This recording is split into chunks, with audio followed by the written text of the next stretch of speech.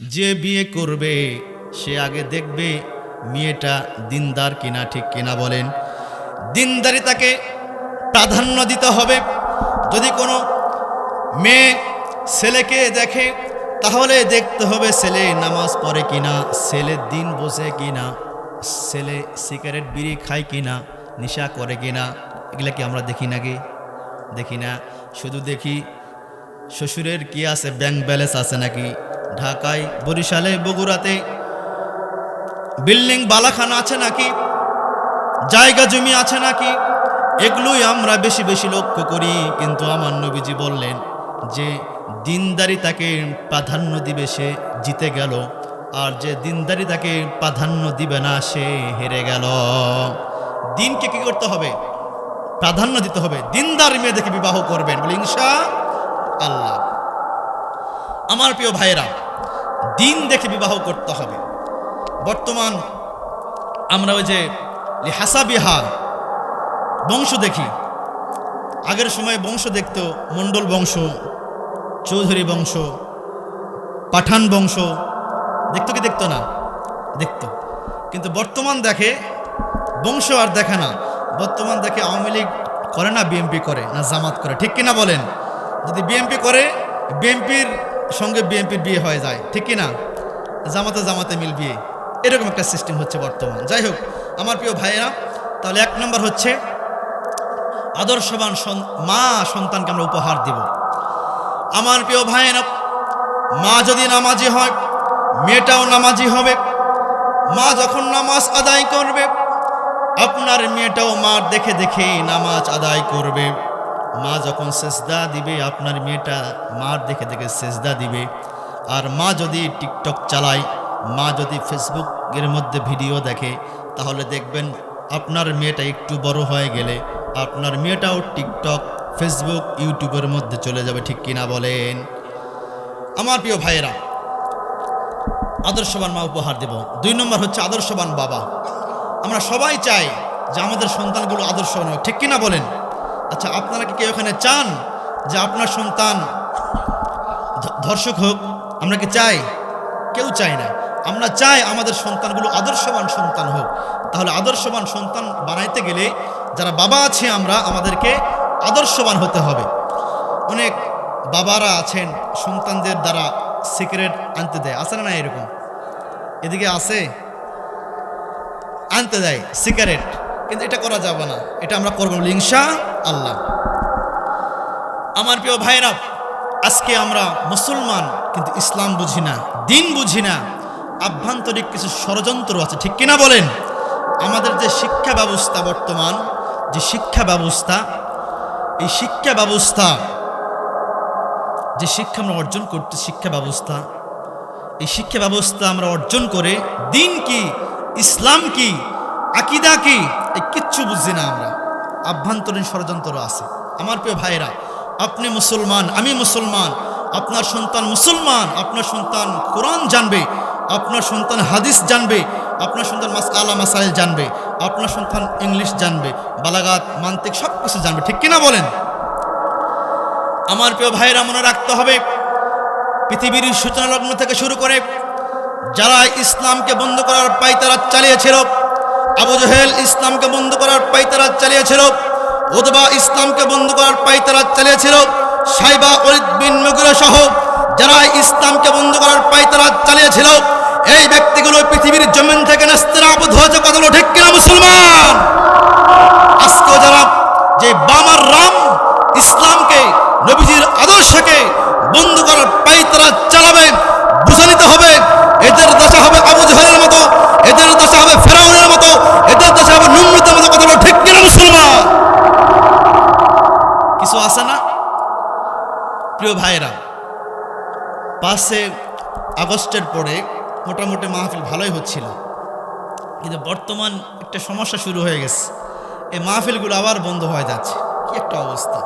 জয়পুরহাট কুঠিবাড়ি ব্রিজে পাশে একটা মাহফিলের আলোচনা হচ্ছিল, যুবক ভাইয়ের মাহফিল করবে। ইতিমধ্যে অনুমতি হচ্ছে না, অনুমতি দিচ্ছে না। আমরা কার? আল্লাহর। জমিন কার? আল্লাহ। আল্লাহর জমিনে আল্লাহর কথা বলতে গেলে বাধা কেন আসবে? আমার প্রিয় ভাইয়েরা, গত 5 আগস্টের আগে জিতারপুরের ওদিকে একটা মাহফিলে আমি ছিলাম আলোচক হিসাবে। তো সেখানে আমাদের ইউনিয়নের দায়িত্বশীল বক্তা আলোচনা করছে। ইন দ্য মিন টাইম আলোচনা প্রায় 45 মিনিট হয়ে গেছে।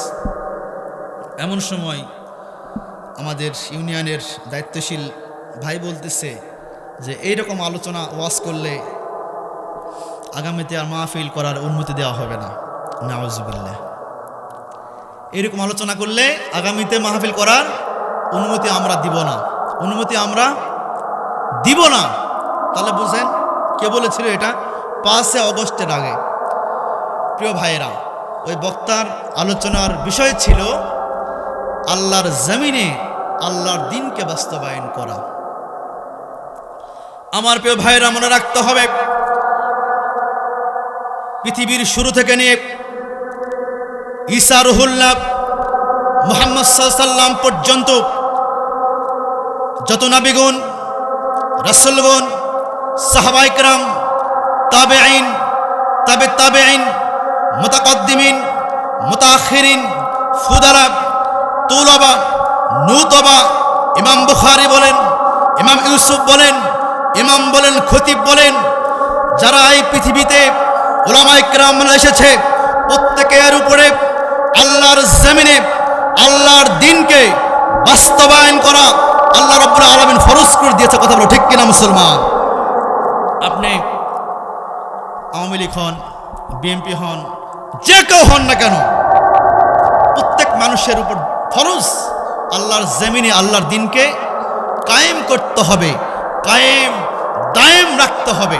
এটাই হচ্ছে আমাদের এক্সাম, পরীক্ষা। ঠিক কিনা মুসলমান? আমার প্রিয় ভাইয়েরা,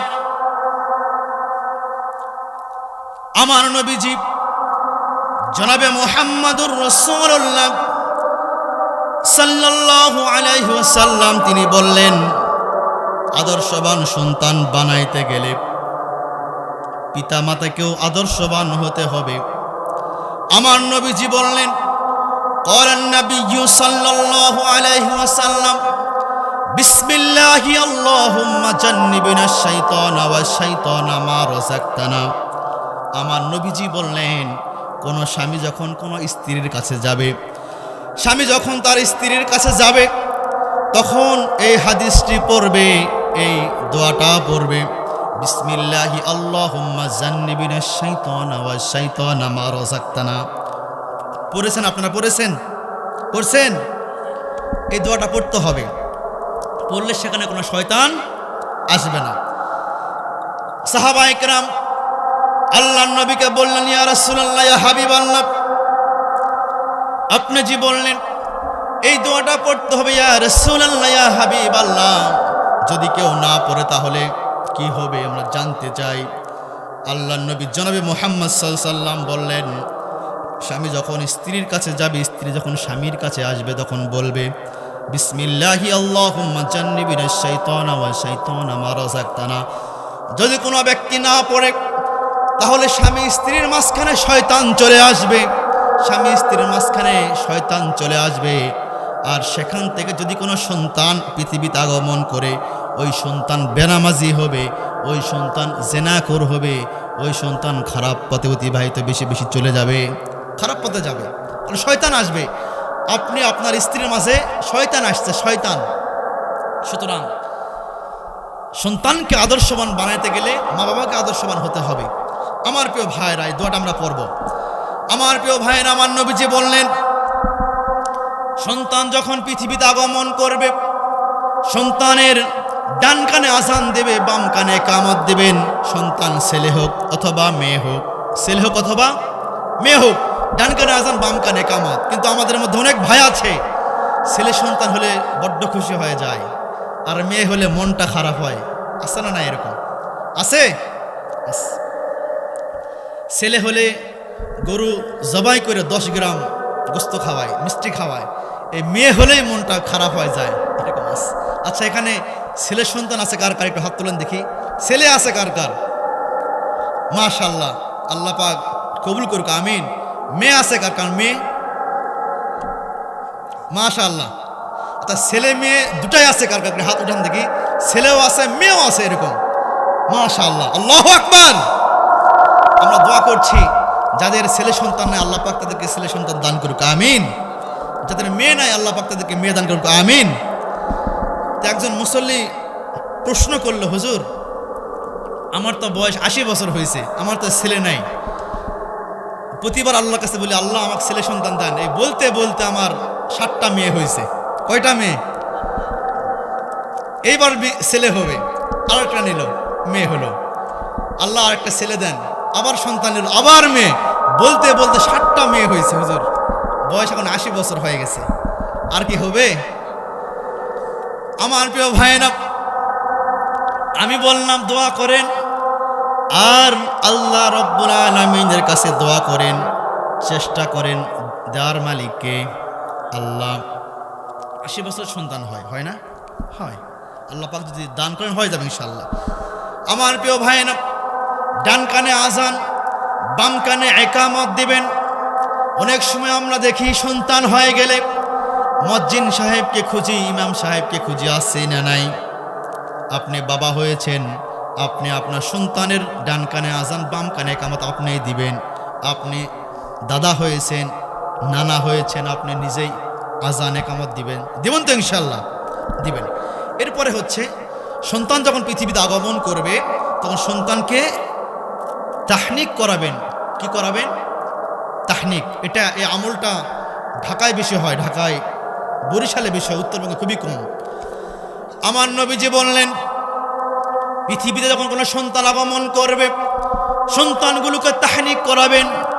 তাহনিক মানে হলো আপনার এলাকার বুজুর্গ, আলেম, ওলামা, হক্কানি রব্বানি আলেম ওলামা যারা আছে এদের থেকে খেজুর চিবিয়ে নেবেন। চিবিয়ে নিয়ে খেজুরের নির্যাস সন্তানের জিহবা অথবা ঠোঁটে অথবা তালুতে স্পর্শ করাই দেবেন। সুবহানাল্লাহ। এটাই হলো তাহনিক করা। করছেন? এই আমল করছেন? তাহনিক করছেন? করবেন ইনশাআল্লাহ। আমার প্রিয় ভাইয়েরা, আমার নবীজি জনাবে মুহাম্মাদুর রাসূলুল্লাহ সাল্লাল্লাহু আলাইহি ওয়াসাল্লামের উপরে জুলুম হয়েছে, নির্যাতন হয়েছে, ঠিক কিনা? হয়নি? হয়েছে। আদর্শমান সন্তান আমরা বানাবো, সন্তানকে আমরা আদব শেখাবো ইনশাআল্লাহ। কি শেখাবো? আদব শেখাবো। কি শেখাবো? আদব শেখাবো। দেখেন আমার নবী কারীম সাল্লাল্লাহু আলাইহি ওয়াসাল্লাম আমাদেরকে আদব শিখিয়ে দিয়ে গিয়েছেন। আদব আমাদের নবী আমাদেরকে শিখিয়ে দিয়ে গেছেন। দেখেন আমার নবীজি মক্কাতুল মুআজ্জামা থেকে মদিনাতুল মুনাওয়ারা যখন হিজরত করলেন, আমার নবীজি ইসলামকে পৃথিবীর জমিনে বাস্তবায়ন করবার জন্য আমার নবীজিকে অপমানিত হতে হয়েছে, আমার নবীজিকে লাঞ্ছিত হতে হয়েছে, আমার নবীজির উপরে পাথর নিক্ষেপ করা হয়েছে। হয়েছে না? হয় নাই? আমার নবীজি মক্কাতুল মুআজ্জামা থেকে মদিনাতুল মুনাওয়ারা যখন হিজরত করলেন, মদিনার অলিতে গলিতে মানুষদের ঢল নেমে গেল। মানুষেরা শুধু বলা বলি করছে আখেরি জামানার পয়গম্বর তিনি মদিনাতে তাশরীফ নিচ্ছেন। আল্লাহ রাব্বুল আলামিন বলেন, যাদের মুখস্থ আছে সোনালী আয়াতটি ঠোঁট মিলে আমার সঙ্গে পড়ুন। আল্লাহ রাব্বুল আলামিন বলছেন, ওয়ামা আরসালনাকা ইল্লা রাহমাতাল লিল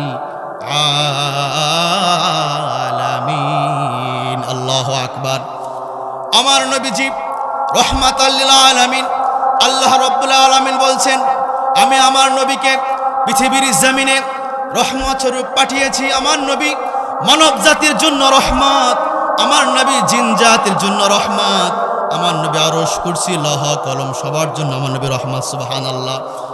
আমার নবীজি যখন মক্কাতুল মুআজ্জামা থেকে মদিনাতুল মুনাওয়ারা যখন হিজরত করলেন, মদিনার অলিতে গলিতে ঢল নেমে গেল। সবাই শুধু নবীজিকে আহলান সাহলান জানাচ্ছে। সবাই একটু আমার সঙ্গে পড়েন, طلع البدر علينا من ثنيات الوداع وجب الشكر علينا ما دعا لله داع ما دعا لله داع মদিনার অলিতে গলিতে মানুষদের ঢল নেমে গেল আর সবাই নবী করিম সাল্লাল্লাহু আলাইহি ওয়াসাল্লামকে দেখার জন্য আসছে সুবহানাল্লাহ ওয়া বিহামদি। আমার প্রিয় ভাইরা, সমস্ত আনসার সাহাবী, মদিনাতুল মুনাওয়ারার সমস্ত সাহাবায়ে কেরাম, সমস্ত মানুষগুলোই নবীজি মুহাম্মদ সাল্লাল্লাহু আলাইহি ওয়াসাল্লামকে দেখার জন্য আগমন করলেন। আর যার যেটা আছে হাদিয়া দেওয়ার জন্য সবাই লাইন হয়ে দাঁড়িয়ে আছে। নবীজি আসা মাত্র নবীজিকে হাদিয়া দেবেন সবাই। আমার প্রিয় ভাইরা, সাহাবায়ে কেরামরা আমার নবীজিকে কেউ বা মিসওয়াক হাদিয়া দিচ্ছেন, কেউ বা খেজুর হাদিয়া দিচ্ছেন, আবার কোন আনসার সাহাবারা খেজুরের বাগান নবীজিকে হাদিয়া দিচ্ছেন। আমার প্রিয় ভাইয়েরা, সবাই হাদিয়া দিচ্ছেন। হযরত আনাস রাদিয়াল্লাহু তাআলা আনহুর মা তিনি ভাবতেছেন, হায় হায়, সবাই তো আমার নবীজিকে হাদিয়া দিচ্ছেন, আমি কি দিব? আমার তো কিচ্ছু নাই, আমার কোনো ঘর বাড়ি নাই, আমার কোনো থাকার জায়গা নাই, আমার কোনো দিরহাম নাই, দিনার নাই, কিচ্ছু না, আমি কি হাদিয়া দিব আমার নবীজিকে? ইন দ্য মিন টাইম হযরত আনাস রাদিয়াল্লাহু তাআলা আনহুর মা আল্লাহর নবী জনাবে মুহাম্মদুর রাসূলুল্লাহ সাল্লাল্লাহু আলাইহি ওয়াসাল্লামের সামনে আগমন করলেন। এসে বললেন, ইয়া রাসূলুল্লাহ, ইয়া হাবিবাল্লাহ, আপনাকে সবাই হাদিয়া দিচ্ছে, আমি কি হাদিয়া দিব? আমার তো কিচ্ছু নাই। ইয়া রাসূলুল্লাহ, ইয়া হাবিবাল্লাহ, আমার কিচ্ছু নাই, শুধুমাত্র আমার কাছে একটি সম্পদ আছে, আমার এই কলিজার টুকরা আনাস আছে, এই আনাসকে আমি আপনার জন্য নিয়েছি ইয়া রাসূলুল্লাহ, এই আনাসকে আমি আপনাকে হাদিয়া দিয়ে দিলাম। সুবহানাল্লাহ, আল্লাহু আকবার। আনাসকে হাদিয়া দিলেন আল্লাহ রাসূল সাল্লাল্লাহু আলাইহি ওয়াসাল্লাম। সুবহানাল্লাহ। আনাস রাদিয়াল্লাহু আনহুর মা আল্লাহ রাসূল সাল্লাল্লাহু আলাইহি ওয়াসাল্লামকে বললেন, ইয়া রাসূলুল্লাহ, ইয়া হাবিবাল্লাহ, আমার আনাসের ছোট্ট মানুষ, 10 বছর বয়স আনাস রাদিয়াল্লাহু আনহুর। আমার আনাস ছোট্ট মানুষ, হয়তোবা সে আপনার বড় কোনো খেদমত করতে পারবে না। ইয়া রাসূলুল্লাহ, হাবিবাল্লাহ, ইয়া রাসূলুল্লাহ, আপনি যখন ওযু করবেন, আপনার ওযুর পানি আমার আনাস, আমার সন্তান এগিয়ে দিবে। ইয়া রাসূলুল্লাহ, হাবিবাল্লাহ, আপনার মিসওয়াকটা আমার আনাস এগিয়ে দিবে। ইয়া রাসূলুল্লাহ, হাবিবাল্লাহ, আপনার জুব্বা মোবারকটি আমার আনাস এগিয়ে দিবে। ইয়া রাসূলুল্লাহ, হাবিবাল্লাহ, আপনি যখন যুদ্ধের ময়দানে যাবেন, আপনার দিকে যখন কেউ বল্লম নিক্ষেপ করবে, আমার আনাসকে আপনি ওই বল্লমের সামনে ধরবেন। বল্লম এসে আমার আনাসের বুক ভেদ করে ওই পার হয়ে যাবে। এরপরে ইয়া রাসূলুল্লাহ, হাবিবাল্লাহ, আপনার শরীর মুবারকে একটু যেন আঘাত যেন না আসে। ইয়া রাসূলুল্লাহ, ইয়া হাবিবাল্লাহ, আপনার দিকে যখন কেউ তীর নিক্ষেপ করবে, ওই তীরের সামনে আমার আনাসকে আপনি ধরবেন, ওই তীর এসে আমার আনাসের কলিজা ভেদ করে যাবে। এরপর ইয়া রাসূলুল্লাহ, ইয়া হাবিবাল্লাহ, আপনার শরীর মোবারক যেন কোনো আঘাত যেন না আসে। আল্লাহু আকবার। আল্লাহ রাসূল সাল্লাল্লাহু আলাইহি ওয়াসাল্লাম কত ভালোবেসেছেন। সাহাবায়ে কেরামরা, আনসার সাহাবীরা, আমরা কি তো ভালোবাসতে পারি না? এরপরও আমরা চেষ্টা করি, ঠিক কি না? আমার প্রিয় ভাইরা, আনাস রাদিয়াল্লাহু তাআলা আনহুর মা আনাসকে আল্লাহ রাসূলের কাছে হাদিয়া দিলেন। আমার প্রিয় ভাইরা, আল্লাহ রাসূল সাল্লাল্লাহু আলাইহি ওয়াসাল্লাম